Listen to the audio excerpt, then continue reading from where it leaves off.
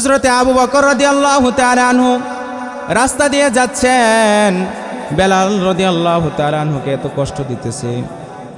এই যে সঙ্গে দোকান বিক্রি করার টাকাটা ছিল, আবু বকর রাদিয়াল্লাহু তাআলা আনহু যখন বেলাল রাদিয়াল্লাহু তাআলা আনহুকে জিজ্ঞেস করলো, ভাই তোমাকে বলেছিলাম তুমি আস্তে আস্তে আল্লাহর নাম বলবা, কারণ আল্লাহ তাআলা তো অন্তরের খবর জানে, আস্তে বললেও শুনে, জোরতে বললেও শুনে। আল্লাহ তাআলা যেহেতু অন্তরের খবর জানে, তুমি আস্তে বলতা তাহলে তো তোমাকে এত মায়ের দিত না, তোমাকে এত কষ্ট দিত না। হযরতে বেলাল রাদিয়াল্লাহু তাআলা আনহু সে বলেন, আবু বকর, আমার আল্লাহ তাআলার নাম আস্তে নিলে মজা লাগে না, যত জোরতে নেই তত আমার মজা লাগে। বলেন না আল্লাহু আকবার। হযরতে বেলাল রাদিয়াল্লাহু তাআলা আনহু বলেন, যত জোরে জোরে বলি তত আল্লাহর নাম মজা লাগে। তারা আপনি দেখতেছেন তারা আমার শরীরের মধ্যে মারতে মারতে রক্ত জর্জরিত করেছে, কিন্তু আল্লাহ রব্বুল আলামিনের নাম নেওয়ার কারণে এমন মজা লাগে, এমন শান্তি পাই, এই শান্তি দুনিয়ার কোথাও আমি পাই না। এই শান্তি কে দিয়েছে? আল্লাহ দিয়েছে। ইমানের শান্তি আছে, যারা দেখবেন প্রকৃতপক্ষে মুমিন তাদের অন্তরে আল্লাহ তাআলা শান্তি লিখে দিয়েছে। শান্তি শরীরের মধ্যে শান্তি লাগে না, শান্তি লাগে কলবের মাঝে। হযরতে বেলাল রাদিয়াল্লাহু তাআলা আনহুর অন্তরের মধ্যে আল্লাহ তাআলা শান্তি লিখে দিয়েছে। দেখবেন মানুষ যখন তার অন্তর শান্তি লাগে, তার অন্তরে যখন মজা লাগে, যখন সুখ থাকে, দেখবেন বাসতলাও তার ঘুমাইতে মজা লাগে। আর যদি অন্তরের মধ্যে শান্তি না থাকে, দেখবেন গাছ অর্থাৎ পাঁচতলা বিল্ডিংয়ের মধ্যে তার ঘুম ধরে না। বেলাল রাদিয়াল্লাহু তাআলা আনহুর এত কষ্ট দেখে আবু বকর রাদিয়াল্লাহু তাআলা আনহু বললেন, ইসলাম অর্থাৎ মুসলমান হওয়ার পর অর্থাৎ গোলামকে তো এত কষ্ট দেওয়া, এই যে কষ্ট দিতেছে এটা তো কোথাও নাই, কোনো নিয়মের মধ্যে নাই, কারণের মধ্যে নাই, আইনের মধ্যে নাই। ডাক দাও তোমার মনিবকে। হযরতে বেলাল রাদিয়াল্লাহু তাআলা আনহু তার মনিবকে ডাক দিলেন এবং বললেন, আপনি যে তাকে এভাবে মারলেন, এই নিয়ম তো নাই, এই আইন তো নাই। সেই মনিব বলল, যদি মন চাই তুমি এই গোলামকে ক্রয় করে নিয়ে যাও। আবু বকর রাদিয়াল্লাহু তাআলা আনহু বললেন, কত টাকা দেওয়া লাগবে বলো। এমন একটি দাম চাইলো, অর্থাৎ 3 গোলামের দাম চাইলো। আবু বকর রাদিয়াল্লাহু তাআলা আনহু দোকান বিক্রি করার টাকাটা সঙ্গে সঙ্গে দিয়ে দিলেন। বলেন না সুবহানাল্লাহ। আবু বকর রাদিয়াল্লাহু তাআলা আনহু বলেন, বেলাল আজ থেকে তুমি কারো গোলাম না, আমি তোমাকে আজাদ করে দিলাম। হযরতে আবু বকর রাদিয়াল্লাহু তাআলা আনহু দেখেন দোকান বিক্রি করার টাকাটাও শেষ হয়ে গেল। আল্লাহর হাবিবের দরবারে যাইতেছে, অর্থাৎ আল্লাহর হাবিবের দরবারে যাওয়ার আগে আল্লাহর হাবিবের কাছে খবরটা পৌঁছে গেল। আবু বকর রাদিয়াল্লাহু তাআলা আনহু সে যখন আল্লাহর রাসূল সাল্লাল্লাহু আলাইহি ওয়াসাল্লামের দরবারে যাওয়ার পর আবু বকর রাদিয়াল্লাহু তাআলা আনহু বলেন, ইয়া রাসূলুল্লাহ, ইয়া হাবিবাল্লাহ, মক্কার কাফেররা বলে আমি নাকি ধ্বংসের মধ্যে রয়েছি। আল্লাহর হাবিব সাল্লাল্লাহু আলাইহি ওয়াসাল্লাম এই কথাটির উত্তর দেওয়ার আগে সঙ্গে সঙ্গে জিবরাইল আলাইহিস সালামকে পাঠিয়ে দিলেন। জিবরাইল আলাইহিস সালাম সূরাতুল আসর এই সূরাটি নিয়ে আসলো এবং বলল, আল্লাহ রাব্বুল আলামিন বললেন, ওয়াল আসরি, সময়ের কসম খাইলেন। তারপরে আল্লাহ তাআলা বলছেন, ইন্নাল ইনসানা লাফি খুসর, অর্থাৎ পৃথিবীর মধ্যে যত মানুষ রয়েছে প্রত্যেকটা মানুষ হলো ধ্বংসের মধ্যে নিমজ্জিত। কেমনে? আজকে দেখেন আমি এখানে 10 মিনিট কথা বলছি, এই 10 মিনিট আমার হায়াতের জিন্দেগি থেকে ফুরিয়ে গিয়েছে, ঠিক কিনা? 10 মিনিট ফুরিয়ে গিয়েছে। অর্থাৎ দুনিয়ার মধ্যে দেখবেন কারো পা ভেঙে গেলে কৃত্রিম পা পাওয়া যায়, কারো হাত ভেঙে গেলে কৃত্রিম হাত পাওয়া যায়, কারো দাঁত ভেঙে গেলে নকল দাঁত পাওয়া যায়, ঠিক কিনা? কিন্তু হায়াতের জিন্দিগি যে আল্লাহ তাআলা আপনাকে আমাকে 60 বছর 70 বছর সময় দিয়েছে, এই হায়াতের জিন্দিগি কিনা যায় না। এই যে আমি গড়ি ব্যবহার করেছি, এই গড়ি শুধু আমার জন্য সময় যাচ্ছে না, বরং পৃথিবীর প্রত্যেকটা মানুষের জন্য সময় যাচ্ছে। এই হিসাবে পৃথিবীর প্রত্যেকটা মানুষ ধ্বংসের মধ্যে রয়েছে। কিসের মধ্যে রয়েছে? ধ্বংসের মধ্যে রয়েছে। কিন্তু তারা ব্যতীত আল্লাহ তাআলা বলতেছেন, ইল্লাল্লাযীনা আমানু ওয়া আমিলুস সালিহাত, কিন্তু তারা নয় যারা ঈমান আনয়ন করেছে ওয়া আমিলুস সালিহাত এবং সৎ কাজ করেছে ওয়া তাওয়াসাউ বিস সাবরি ওয়া তাওয়াসাউ বিল হাক্কি ওয়া তাওয়াসাউ বিস সবর। আল্লাহ তাআলা বলতেছেন যারা সত্যের উপদেশ দিয়েছে এবং ধৈর্য ধারণ করেছে তারা ব্যতীত প্রত্যেকটা মানুষ ধ্বংসের মধ্যে নিমজ্জিত, ঠিক কিনা? আজকে দিন যাচ্ছে মানে আপনার হায়াত ফুরিয়ে যাইতেছে। হায়াতের অনেক দাম, কার মৃত্যু কখন আসে বলা যায় না।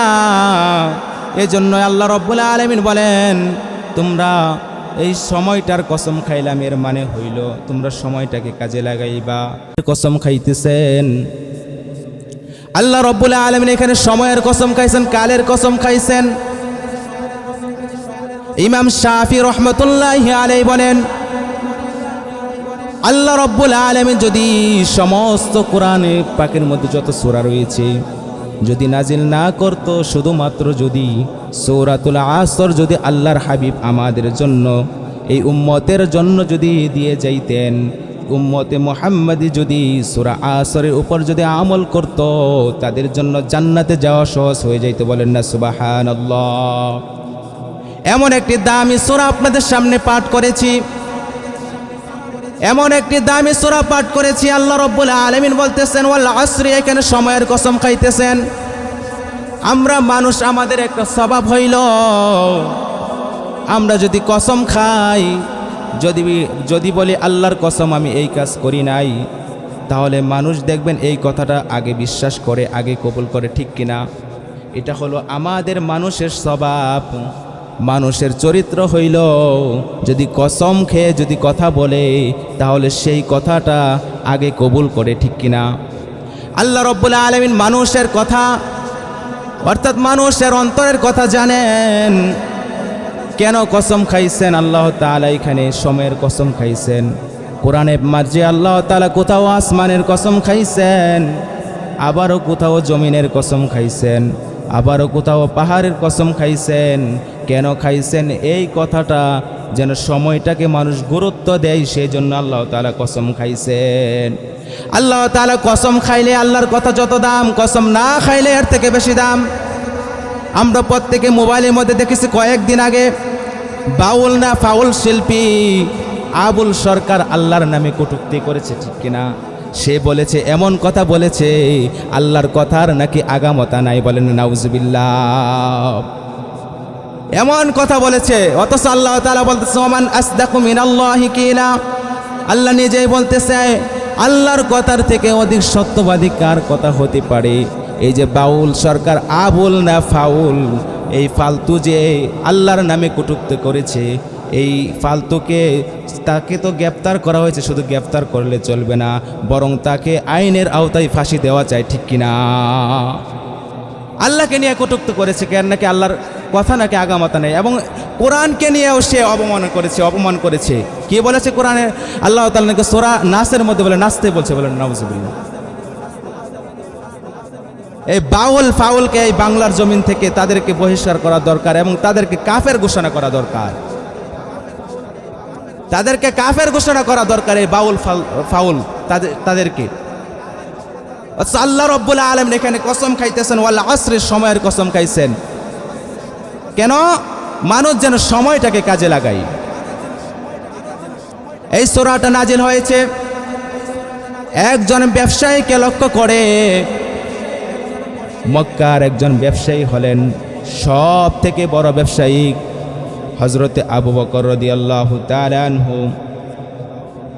হযরতে আবু বকর রাদিয়াল্লাহু তাআলা আনহু তিনি মক্কার সব থেকে বড় ব্যবসায়ী ছিলেন। শুধু ব্যবসায়িক না, ব্যবসায়ীর ঘরে ব্যবসায়ী ছিলেন, অর্থাৎ তার বাপও সব থেকে বড় ব্যবসায়ী ছিল। আবু বকর রাদিয়াল্লাহু তাআলা আনহু যখন ইসলাম গ্রহণ করলেন, হযরতে আবু বকর রাদিয়াল্লাহু তাআলা আনহু যখন ইসলাম গ্রহণ করলেন, তখন মক্কার কাফেররা তাকে বলতে লাগলো, তুমি তো মুহাম্মদের দরবারে গিয়ে তুমি ধ্বংসের দিকে মধ্যে রয়েছ, তুমি তো বিপদের মধ্যে রয়েছ, তুমি তো মুহাম্মদের কাছে গিয়ে আগে তোমার দোকানের মধ্যে ব্যবসার অর্থাৎ তোমার বেচাকেনা বেশি হয়তো এখন মুহাম্মদের দরবারে গিয়া তোমার বেচা কিনা কমে গিয়েছে, তুমি তো ধ্বংসের মধ্যে রয়েছো। যখন এই কথা বলতো আবু বকর রাদিয়াল্লাহু তাআলা আনহু মুস্কি মুস্কি হাসতেন। ইসলাম গ্রহণ করেছেন আবু বকর রাদিয়াল্লাহু তাআলা আনহু, তিনি সাধারণ কোনো সাহাবী ছিলেন না। আবু বকর রাদিয়াল্লাহু তাআলা আনহু সম্পর্কে আল্লাহ রাসূল সাল্লাল্লাহু আলাইহি ওয়াসাল্লাম সে বলেছেন, আবু বকর রাদিয়াল্লাহু তাআলা আনহু এমন একজন সাহাবী যার প্রতিদান আল্লাহ রসুল বলে আমার দ্বারা দেওয়া সম্ভব নয়, যার প্রতিদান একমাত্র স্বয়ং আল্লাহ তাআলা নিজেই দিবে, বলেন না সুবহানাল্লাহ। এমন একজন সাহাবীকে মক্কার কাফেররা বলে, তুমি তো মুহাম্মদের কাছে গিয়ে তুমি ধ্বংসের মধ্যে পড়ে গিয়েছো, তোমার ব্যবসা বাণিজ্য আগের মতন চলে না। অথচ আল্লাহ রব্বুল আলামিন আবু বকর রাদিয়াল্লাহু তাআলা আনহুকে, এমন একজন সাহাবী ছিলেন, দুনিয়াতে তাকে জান্নাতের সুসংবাদটা আল্লাহ তাআলা দিয়ে দিয়েছেন, বলেন না সুবহানাল্লাহ। আল্লাহর হাবিব আবু বকরকে বলল, যেহেতু ইসলাম গ্রহণ করেছো, শুধু ইসলাম গ্রহণ করলে চলবে না, দিনের দাওয়াত দিতে হবে, দিনের লাইনে তোমার কাজ করতে হবে। আবু বকর রাদিয়াল্লাহু তাআলা আনহু 12 ঘন্টা ব্যবসায়ের মধ্যে ব্যবসা করে, এর মধ্যে 6 ঘন্টা সে দিনের দাওয়াত দেয় আর 6 ঘন্টা তিনি ব্যবসা করে। মক্কার কাফেররা শুধু বলা বলে করে, তুমি তো ধ্বংসের মধ্যে রয়েছো ইসলাম গ্রহণ করার কারণে। আবু বকর রাদিয়াল্লাহু তাআলা আনহু 6 ঘন্টা দিনের দাওয়াত দেয়, অর্থাৎ আল্লাহর দাওয়াত দিতে তার মনের মধ্যে এত ভালো লাগে যে এখন সে 12 ঘন্টার মাঝে 9 ঘন্টা সে দাওয়াত দেয়, বলে না আল্লাহু আকবার। আবু বকর রাদিয়াল্লাহু তাআলা আনহু 12 ঘন্টার মধ্যে 9 ঘন্টা দিনের দাওয়াত দেয় আর 3 ঘন্টা সে ব্যবসা বাণিজ্য করে। শুধু তাই নয়, আবু বকর রাদিয়াল্লাহু তাআলা আনহু সে তো নরম মনের মানুষ ছিলেন। মক্কার কাফেররা মুশরিকরা যারা ওই সময় ইসলাম গ্রহণ করেছে, সারাদিন কাজ করাইতো, সন্ধ্যাবেলা তাদেরকে সেই টাকা অর্থাৎ কাজের পরিশ্রম দিত না, মজুরি দিত না। আবু বকরের দোকানের সামনে এসে বলতো, সারাদিন কাজ করলাম, ইসলাম গ্রহণ করেছি, সেজন্যই কাফের মুশরিকরা সারাদিন কাজ করাইছে, কিন্তু টাকা পয়সা দেয় নাই। বাড়িতে এমন অবস্থা যে অবস্থার কারণে ঘরের মধ্যে ভাতও বসবে না, এমন এক পরিস্থিতি। আবু বকর রাদিয়াল্লাহু তাআলা আনহু যে 3 ঘন্টা সে ব্যবসা করতেছে, এই 3 ঘন্টার মাঝে তাদেরকে যারা এভাবে আবু বকরের কাছে এসে তাদের আরজি পেশ করত, আবু বকর রাদিয়াল্লাহু তাআলা আনহু সে তাদের পণ্য, তাদের নিত্য প্রয়োজনীয় জিনিস আবু বকর রাদিয়াল্লাহু তাআলা আনহু দিয়ে দিতেন, বলেন না সুবহানাল্লাহ। আবু বকর রাদিয়াল্লাহু তাআলা আনহু দিয়ে দিতেন। এখন এক পর্যায়ে আবু বকর রাদিয়াল্লাহু তাআলা আনহু তার যে একটা দোকান ছিল, সেই দোকানটা পর্যন্ত বিক্রি করে ফেলেছে। দেখবেন এক ভাইয়ের দোকান, অর্থাৎ আপনার দোকানের পাশে যদি আরেকটা দোকানদার থাকে, যদি সেই দোকানদার অর্থাৎ আপনি যদি নামাজ আদায় করেন বা চিল্লায় চলে যান, আপনার পাশের দোকানদার সে খুশি হয়, ঠিক না? খুশি হয়। কেন খুশি হয়? তার বেচাকেনা এটা বেশি হবে, সেজন্য খুশি হয়, আছে না? সেজন্য খুশি হয়। এভাবে আবু বকর রাদিয়াল্লাহু তাআলা আনহুকে ওই যে মক্কার কাফেররা তারা বলতে লাগলো, তুমি তো মুহাম্মদের কাছে গিয়ে ধ্বংস হয়ে গিয়েছো, মুহাম্মদের কাছে গিয়ে তোমার ব্যবসা বাণিজ্য ধ্বংস হয়ে গিয়েছে। আবু বকর রাদিয়াল্লাহু তাআলা আনহুর শেষ সম্বল ছিল দোকানটা বিক্রি করে আল্লাহর হাবিবের দরবারে যাইতেছে, আল্লাহর হাবিবের দরবারে যাচ্ছে। প্রতিনিয়ত দেখতেন হযরতে বেলাল রাদিয়াল্লাহু তাআলা আনহুকে মক্কার কাফেররা, মক্কার মুশরিকরা বেলাল রাদিয়াল্লাহু তাআলা আনহুকে এমন কষ্ট দিত। বেলাল রাদিয়াল্লাহু তাআলা আনহু হাফসি কালো গোলাম ছিলেন, মারতে মারতে এমনভাবে রক্তান্ত করত, তার শরীরটা পর্যন্ত রক্তে জর্জরিত হয়ে যাইত। প্রতিমধ্যে দোকান বিক্রি করে টাকা নিয়ে হযরতে আবু বকর রাদিয়াল্লাহু তাআলা আনহু রাস্তা দিয়ে যাচ্ছেন। বেলাল রাদিয়াল্লাহু তাআলা আনহুকে এত কষ্ট দিতেছে, এই যে সঙ্গে দোকান বিক্রি করার টাকাটা ছিল, আবু বকর রাদিয়াল্লাহু তাআলা আনহু যখন বেলাল রাদিয়াল্লাহু তাআলা আনহুকে জিজ্ঞেস করলো, ভাই তোমাকে বলেছিলাম তুমি আস্তে আস্তে আল্লাহর নাম বলবা, কারণ আল্লাহ তাআলা তো অন্তরের খবর জানে, আস্তে বললেও শুনে, জোরতে বললেও শুনে। আল্লাহ তাআলা যেহেতু অন্তরের খবর জানে, তুমি আস্তে বলতা, তাহলে তো তোমাকে এত মায়ের দিত না, তোমাকে এত কষ্ট দিত না। হযরতে বেলাল রাদিয়াল্লাহু তাআলা আনহু সে বলেন, আবু বকর, আমার আল্লাহ তাআলার নাম আস্তে নিলে মজা লাগে না, যত জোরতে নেই তত আমার মজা লাগে। বলেন না আল্লাহু আকবার। হযরতে বেলাল রাদিয়াল্লাহু তাআলা আনহু বলেন, যত জোরে জোরে বলি তত আল্লাহর নাম মজা লাগে। তারা আপনি দেখতেছেন তারা আমার শরীরের মধ্যে মারতে মারতে রক্ত জর্জরিত করেছে, কিন্তু আল্লাহ রব্বুল আলামিনের নাম নেওয়ার কারণে এমন মজা লাগে, এমন শান্তি পাই, এই শান্তি দুনিয়ার কোথাও আমি পাই না। এই শান্তি কে দিয়েছে? আল্লাহ দিয়েছে। ইমানের শান্তি আছে, যারা দেখবেন প্রকৃতপক্ষে মুমিন তাদের অন্তর আল্লাহ তাআলা শান্তি লিখে দিয়েছে। শান্তি শরীরের মধ্যে শান্তি লাগে না, শান্তি লাগে কলবের মাঝে। হযরতে বেলাল রাদিয়াল্লাহু তাআলা আনহুর অন্তরের মধ্যে আল্লাহ তাআলা শান্তি লিখে দিয়েছে। দেখবেন মানুষ যখন তার অন্তর শান্তি লাগে, তার অন্তরে যখন মজা লাগে, যখন সুখ থাকে, দেখবেন বাসতলাও তার ঘুমাইতে মজা লাগে। আর যদি অন্তরের মধ্যে শান্তি না থাকে, দেখবেন গাছ অর্থাৎ 5 তলা বিল্ডিংয়ের মধ্যে তার ঘুম ধরে না।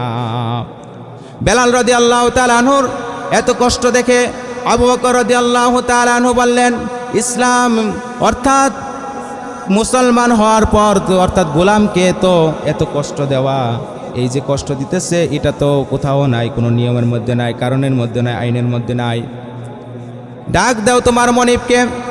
হযরতে বেলাল রাদিয়াল্লাহু তাআলা আনহু তার মনিবকে ডাক দিলেন এবং বললেন, আপনি যে তাকে এভাবে মারলেন, এই নিয়ম তো নাই, এই আইন তো নাই। সেই মনিব বলল, যদি মন চাই তুমি এই গোলামকে ক্রয় করে নিয়ে যাও। আবু বকর রাদিয়াল্লাহু তাআলা আনহু বললেন, কত টাকা দেওয়া লাগবে বলো। এমন একটি দাম চাইলো, অর্থাৎ 3 গোলামের দাম চাইলো। আবু বকর রাদিয়াল্লাহু তাআলা আনহু দোকান বিক্রি করার টাকাটা সঙ্গে সঙ্গে দিয়ে দিলেন। বলেন না সুবহানাল্লাহ। আবু বকর রাদিয়াল্লাহু তাআলা আনহু বলেন, বেলাল আজ থেকে তুমি কারো গোলাম না, আমি তোমাকে আজাদ করে দিলাম। হযরতে আবু বকর রাদিয়াল্লাহু তাআলা আনহু দেখেন দোকান বিক্রি করার টাকাটাও শেষ হয়ে গেল। আল্লাহর হাবিবের দরবারে যাইতেছে, অর্থাৎ আল্লাহর হাবিবের দরবারে যাওয়ার আগে আল্লাহর হাবিবের কাছে খবরটা পৌঁছে গেল। আবু বকর রাদিয়াল্লাহু তাআলা আনহু সে যখন আল্লাহর রাসূল সাল্লাল্লাহু আলাইহি ওয়াসাল্লামের দরবারে যাওয়ার পর আবু বকর রাদিয়াল্লাহু তাআলা আনহু বলেন, ইয়া রাসূলুল্লাহ, ইয়া হাবিবাল্লাহ, মক্কার কাফেররা বলে আমি নাকি ধ্বংসের মধ্যে রয়েছি। আল্লাহর হাবিব সাল্লাল্লাহু আলাইহি ওয়াসাল্লাম এই কথাটির উত্তর দেওয়ার আগে সঙ্গে সঙ্গে জিবরাইল আলাইহিস সালামকে পাঠিয়ে দিলেন। জিবরাইল আলাইহিস সালাম সূরাতুল আসর এই সূরাটি নিয়ে আসলো এবং বলল, আল্লাহ রাব্বুল আলামিন বললেন, ওয়াল আসরি, সময়ের কসম খাইলেন। তারপরে আল্লাহ তাআলা বলছেন, ইন্নাল ইনসানা লাফি খুসর, অর্থাৎ পৃথিবীর মধ্যে যত মানুষ রয়েছে প্রত্যেকটা মানুষ হলো ধ্বংসের মধ্যে নিমজ্জিত। কেমনে? আজকে দেখেন আমি এখানে 10 মিনিট কথা বলছি, এই 10 মিনিট আমার হায়াতের জিন্দেগি থেকে ফুরিয়ে গিয়েছে, ঠিক কিনা? 10 মিনিট ফুরিয়ে গিয়েছে। অর্থাৎ দুনিয়ার মধ্যে দেখবেন কারো পা ভেঙে গেলে কৃত্রিম পা পাওয়া যায়, কারো হাত ভেঙে গেলে কৃত্রিম হাত পাওয়া যায়, কারো দাঁত ভেঙে গেলে নকল দাঁত পাওয়া যায়, ঠিক কিনা? কিন্তু হায়াতের জিন্দিগি যে আল্লাহ তাআলা আপনাকে আমাকে 60 বছর 70 বছর সময় দিয়েছে, এই হায়াতের জিন্দিগি কিনা যায় না। এই যে আমি গড়ি ব্যবহার করেছি, এই গড়ি শুধু আমার জন্য সময় যাচ্ছে না, বরং পৃথিবীর প্রত্যেকটা মানুষের জন্য সময় যাচ্ছে। এই হিসাবে পৃথিবীর প্রত্যেকটা মানুষ ধ্বংসের মধ্যে রয়েছে। কিসের মধ্যে রয়েছে? ধ্বংসের মধ্যে রয়েছে। কিন্তু তারা ব্যতীত আল্লাহ তাআলা বলতেছেন, ইল্লাল্লাযীনা আমানু ওয়া আমিলুস সালিহাত, কিন্তু তারা নয় যারা ঈমান আনয়ন করেছে ওয়া আমিলুস সালিহাত এবং সৎ কাজ করেছে ওয়া তাওয়াসাউ বিস সাবরি ওয়া তাওয়াসাউ বিল হাক্কি ওয়া তাওয়াসাউ বিস সবর। আল্লাহ তাআলা বলতেছেন যারা সত্যের উপদেশ দিয়েছে এবং ধৈর্য ধারণ করেছে তারা ব্যতীত প্রত্যেকটা মানুষ ধ্বংসের মধ্যে নিমজ্জিত, ঠিক কিনা? আজকে দিন যাচ্ছে মানে আপনার হায়াত ফুরিয়ে যাইতেছে।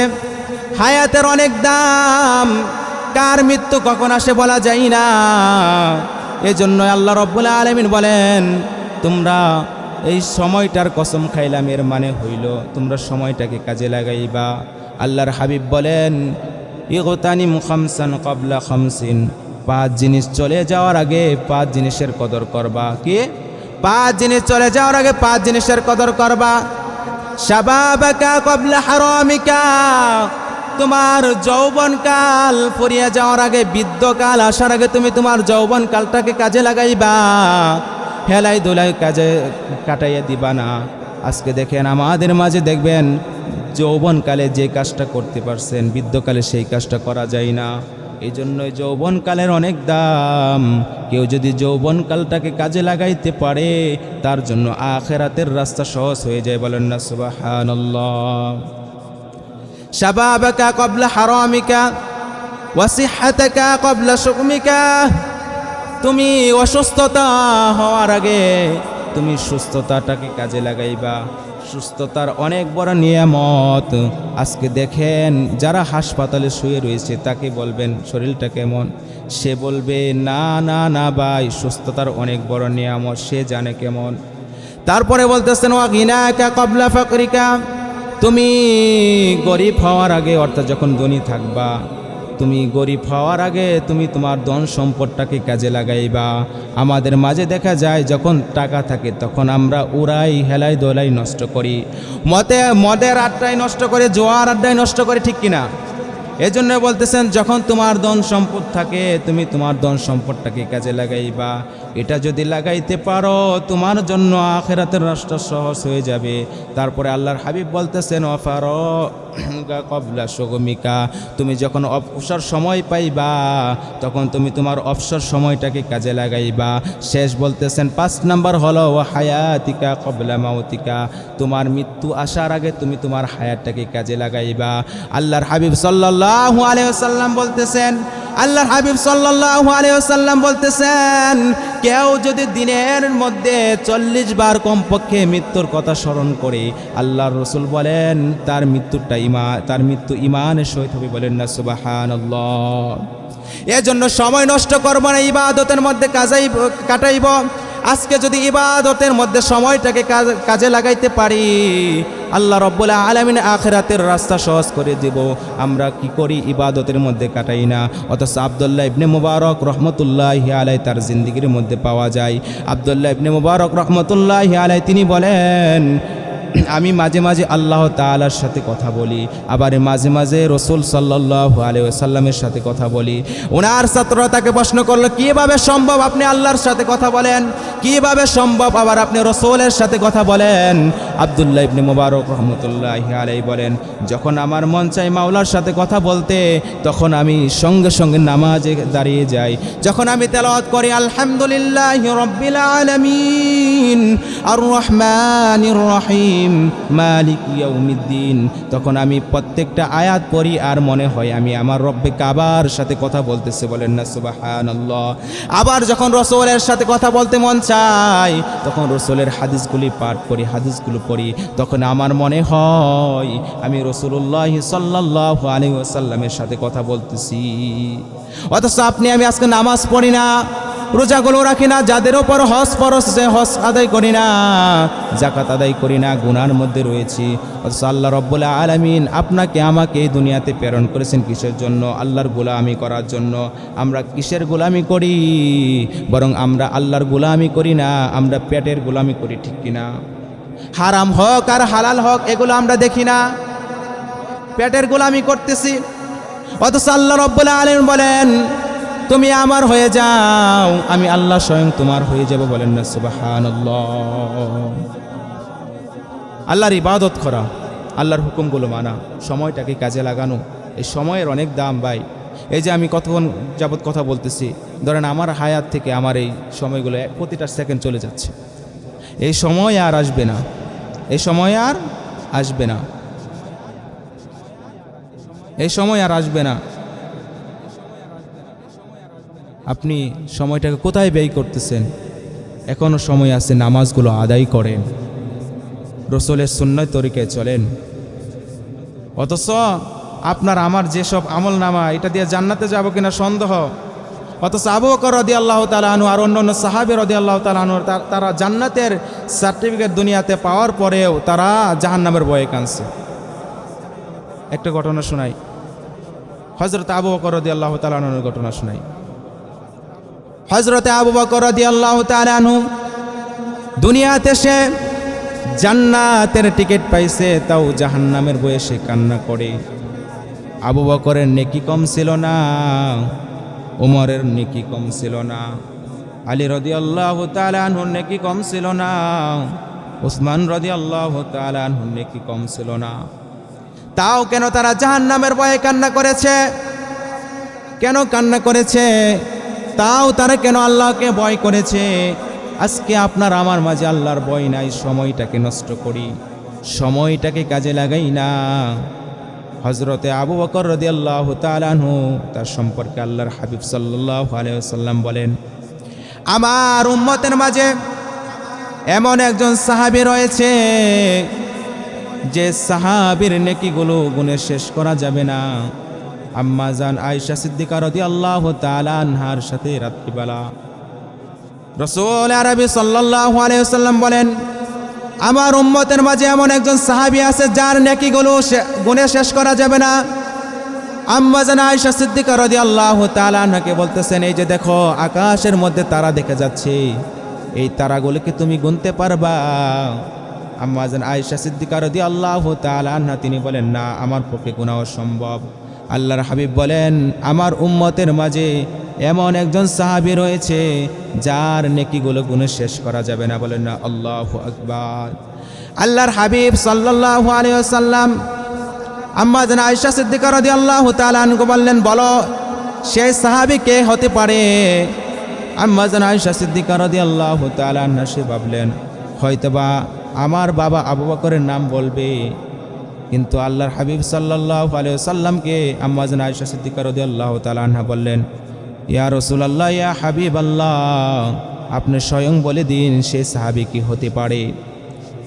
আল্লাহর রাসূল সাল্লাল্লাহু আলাইহি ওয়াসাল্লাম বললেন, আমার উম্মতের মাঝে এমন একজন সাহাবী রয়েছে যার নেকিগুলো গুণে শেষ করা যাবে না।